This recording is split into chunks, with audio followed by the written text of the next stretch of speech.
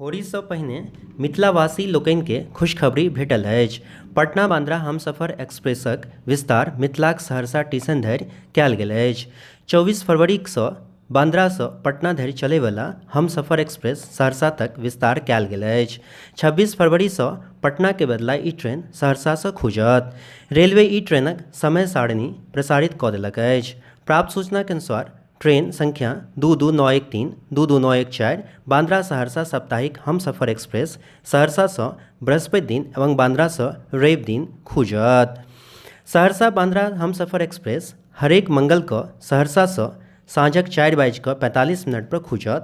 ई train तकर बाद खगड़िया 6:30, बेगूसराय 7:05, पटना रातिक 11 बजे तथा बांद्रा बृहस्पतिक भोरक 7:35 पर पहुँचत। ओहिना बांद्रासँ ई ट्रेन हरेक रविके दुपहरियाके 12:55 पर खुजत। अगिला दिन सोमके पटना रातिक 10 बजे पहुँचत। बेगूसराय रातिक 1:29 पर, खगड़िया रातिक 2:00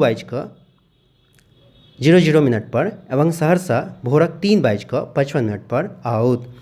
मिथिलाके सहरसासँ खुजलाक बाद ई ट्रेन मिथिलाके खगड़िया एवं बेगूसराय स्टेशन पर 2-2 मिनटके लेल रुकत। रेल मंत्री पीयूष गोयलके घोषणाके बाद ई ट्रेनके बाट लोकसभ बहुत दिनसँ ताकि रहल छलाह।